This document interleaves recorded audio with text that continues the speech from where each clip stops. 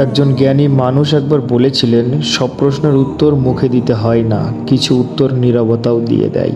কিন্তু আজকের পৃথিবীতে সবাই কথা বলতে চায়, সবাই নিজের মতামত প্রমাণ করতে চায়, সবাই শেষ কথাটা বলতে চায়।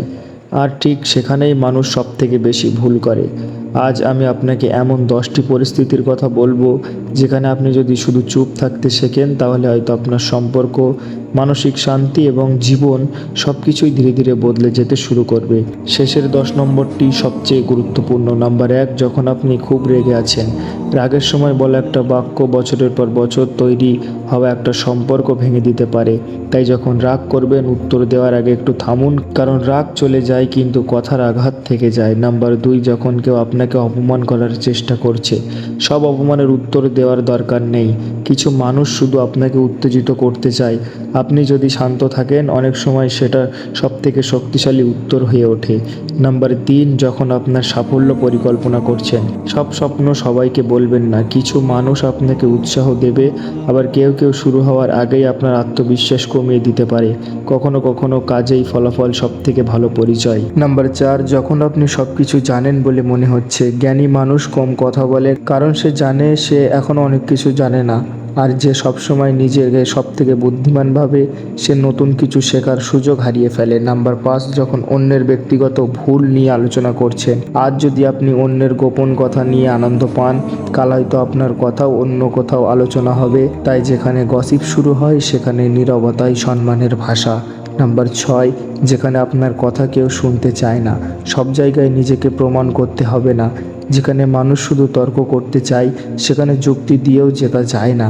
কখনো কখনো চুপচাপ সরে আসাটাই সবথেকে বুদ্ধিমানের সিদ্ধান্ত। নাম্বার 7, যখন আপনি অন্যের সাফল্যে হিংসা অনুভব করছেন। সেই মুহূর্তে অভিযোগ না করে নিজেকে একটা প্রশ্ন করুন, আমি কি শিখতে পেরেছি? অন্যের সাফল্য নিয়ে কথা বলার চেয়ে নিজের কাজ নিয়ে নীরব পরিশ্রম করুন।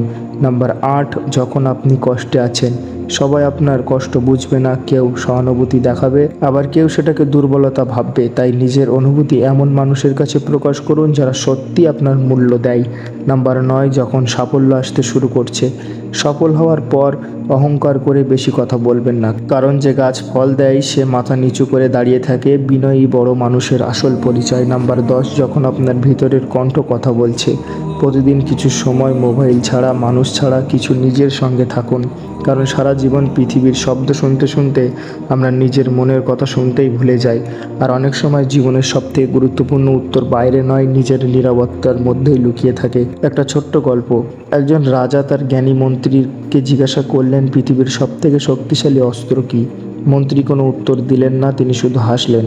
কয়েক মিনিট নীরব থাকার পর তিনি বললেন, মহারাজ, যে মানুষ নিজের রাগ, নিজের অহংকার এবং নিজের কথাকে নিয়ন্ত্রণ করতে পারে, তার নীরবতার চেয়ে শক্তিশালী অস্ত্র আর নেই।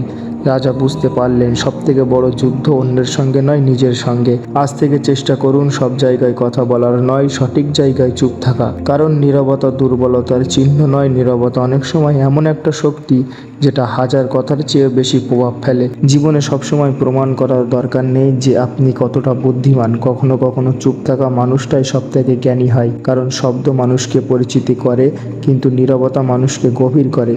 যদি এই কথাগুলো আপনার হৃদয় ছুঁয়ে যায়, তাহলে আজ থেকে একটি অভ্যাস আপনার মধ্যে গড়ে তুলুন, সব জায়গায় নয়, সঠিক জায়গায় চুপ থাকুন। হয়তো সেখান থেকেই আপনার জীবন পরিবর্তন হতে শুরু করবে। ধন্যবাদ, দেখা হবে অন্য কোনো মোটিভেশনাল ভিডিওতে। ততক্ষণে চ্যানেলটা সাবস্ক্রাইব করে রাখুন।